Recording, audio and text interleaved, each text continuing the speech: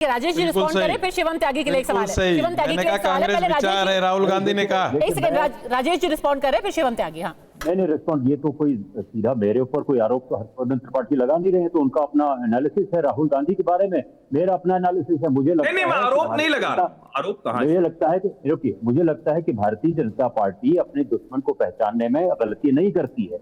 वो चाहती जरूर है कि राहुल गांधी वहां रहें, लेकिन जिस स्थिति में उनको उस तरह जिस तरह से उनकी इमेज का पप्पू बना करके, उनको मानसिक तौर पर कच्चा बता करके, 50 की उम्र में मानसिक विकसित रूप से नहीं हुए हैं, ये पता करके जिस तरह से हमला उन पर किया गया है, उसी रूप में रखना चाहती है वो। अगर वो राहुल गांधी जो पद यात्रा करके यहाँ से कश्मीर पहुंचे तक दक्षिण से और अक्रॉस द कंट्री, उस वाले राहुल गांधी को नहीं चाहती है। ठीक है, आप भी पहचानते हैं शिवम त्यागी कि असली चैलेंज तो राहुल गांधी से ही है, इसीलिए टीएमसी के कंधे पे बंदूक रख के, हाँ टीएमसी के कंधे पे बंदूक रख करके आप उन पर निशाना साध रहे हैं।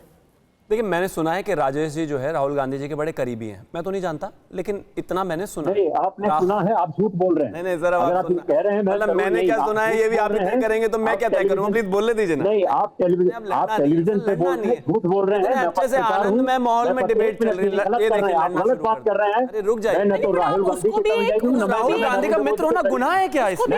एलिगेशन की तरह क्यों बोल रहे हैं? अरे मैंने बताइए, मैं अच्छा मुझे टोन बताइए, मैं कैसा टोन इस्तेमाल करूं कि आप उसका एलिगेशन नहीं मानेंगे? खारिज करता हूं। नाराज क्यों हो गए भाई? वो कह रहे हैं वो नहीं नरेंद्र मोदी और नहीं होंगे, लेकिन मेरा हो सकता है भाई, ऐसा थोड़ी है कि सूत्र हमेशा 100% सही हो, 7% तो न्यूज चैनल के नहीं होते, तो मेरे गलत हो सकता है। लेकिन सुनिए, मैं कहना क्या चाहता हूं, उस पर आइए ना, लड़ना नहीं है। मैंने आप इस तरह से टेलीविजन पे तो आप व्यक्तिगत खींचाकशी में नहीं करता हूं। ठीक है, वो निष्पक्ष है, ऐसा मत बोल रहा हूं आपको। हर्षवर्धन जी, नरेंद्र मोदी का करीबी बताने की जरूरत नहीं है। राजेश जी वहां करेक्ट कर दिया है। हर्षवर्धन जी, आप देख रहे हैं एक नेता, एक राष्ट्रीय नेता, मैं राहुल गांधी के नाराज होगा। आप इनको रोकिए तो सही। मोदी के करीब हूँ, आप कुछ भी बोलेंगे, मैं चैलेंज नहीं करूंगा आपको।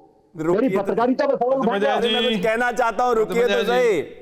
हर्षवर्धन जी, मैं यही कह रहा था, आप पॉलिटिशियन से मजा लीजिए, पत्रकारों से नहीं। देखिए, किसी पत्रकार पे टिप्पणी मत कीजिए, आप नहीं कर सकते हैं। अच्छा, मतलब पत्रकार और नेता मित्र नहीं हो सकते क्या? क्या नाराजगी है? लेकिन अभी इसके पीछे कोई और पॉइंट है, सुन तो लीजिए। राजेश जी, मेरा कहने का, मैं राहुल गांधी का करीबी हूँ, मेरा कहने का स्टेटमेंट वापस ले लीजिए ना। मैं तो अभी और बोलने वाला हूँ, आप कह रहे हैं वापस ले लीजिए। नाराज है, मेरा काम है नाराज करना। Thank you. चैनल है, आप भारतीय जनता पार्टी के प्रवक्ता हैं, आप पत्रकारिता में छींटाकशी मत कीजिए। देखिए, मैं और कहना चाहता हूँ, नहीं वापस नहीं, मैं और कहना चाहता हूँ, मैं एक चीज कहता हूँ, मैं जो कहना चाहता हूँ वो सुन तो लीजिए, आपको अच्छा लगेगा। आप ये समझ ही नहीं रहे, पॉलिटिकली कॉन्टेक्स्ट क्या था, आप ये नाराज हो गए। सच में यही तो बताना चाह रहा था आपको। हर तरह के मैं कांग्रेस से भी तो लीजिए भाई, ममता बनर्जी को भी नाराज नहीं होना है। सुनिए जरा प्लीज, अभी बहुत देर में यहाँ पे एस्टैब्लिश्ड है राजेश जी, कोई किसी को सर्टिफिकेट ना दे सकता है ना दे रहा है। ये बात साफ हो गई। नहीं, कोई दे ही नहीं सकता राजेश जी। 4 दिन पत्रकारिता, नाराज नहीं होना है, आपकी पत्रकारिता बहुत शानदार है। मजाक करेंगे, प्लीज आप मुझे बोलने तो दीजिए, मैं उनको बोलने नहीं रहा हूँ, मैं यही आपको साथ नहीं। राजेश जी 30 सेकंड दीजिए, उनको क्लैरिफाई करने के लिए 30 सेकंड दीजिए और सिर्फ मुद्दों पे बात। पत्रकारिता की है।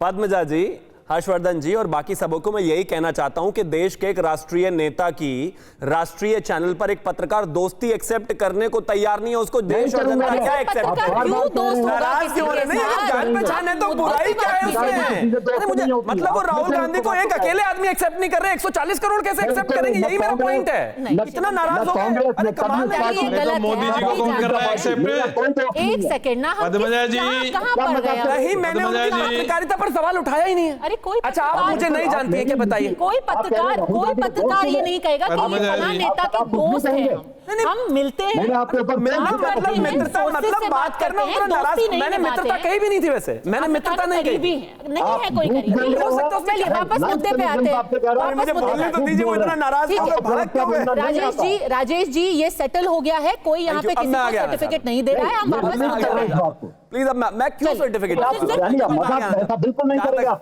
मेरी जर्नलिज्म का अगर कोई छीका कसी करेगा नहीं कर सकता मैं इसको है, नहीं माफ करूंगा। नहीं कर सकता है राजेश जी, और ना Thank कोई you. कर अब मैं सकता आगे आ है। जाऊं। Thank you. राहुल ना गांधी कोई का दोस्त बता रहा हूं मुझे। भगवान। कल कहेंगे नरेंद्र किसी मोदी को का दोस्त authority है है, वहाँ पे। आरएसएस का दोस्त है। चलिए। अच्छा ठीक है, ऐसे कर देता हूं, मैं राहुल गांधी जी का करीब भी हूं। हैप्पी आप हैं, आप जानिए, आपका काम जाने, आपकी पार्टी जाने। बोलने दीजिए ना, मैं किसी पार्टी का नहीं हूं। आप बोलने तो दीजिए, क्या हो गया? ऐसा क्या बोल दिया जो इतने नाराज हो गए? खैर मैं पॉइंट पर आता हूं। ऐसा बहुत बोल दिया, मेरी पत्रकारिता बच्चे छीका कसी करेगा, कितना ही बड़ा हो मैं उसको माफ नहीं करूंगा। पत्रकारिता बहुत अब बोलिए, शानदार है, पत्रकार आप बोलिए, आप नहीं अवार्ड है, आप नहीं बहुत जानते ही मेरी अच्छे आदमी पत्रकारिता हैं, को, आप मेरी निष्पक्ष हैं, पत्रकारिता को नहीं बिल्कुल जानते। भाजपा के खिलाफ नहीं बोलते सुनिए, हैं, आप आप हमेशा मेरी बहुत अच्छा बोलते हैं। पत्रकारिता को नहीं जानते। आप बोल दीजिए। पहले जानिए मेरी पत्रकारिता। चलिए ये सेटल मैंने हो कहाँ गया की राजेश जर्नलिज्म जी, सीखा है। उन्होंने वापस बजाय ले जी, लिया नाराज है। एक नहीं सेकंड होना है। प्लीज, मुझे अब अब वापस ले लिया मुद्दे पे। हाँ, मैं पॉइंट पर ही आना चाहता हूँ। Thank you. राहुल गांधी मैं असली टीवी पे नहीं चैलेंजर आता हूँ मैं अब कि ये राहुल बकवास गांधी, सुनने को मिले। Please have one at a वही टाइम। नहीं रुक रहे हैं।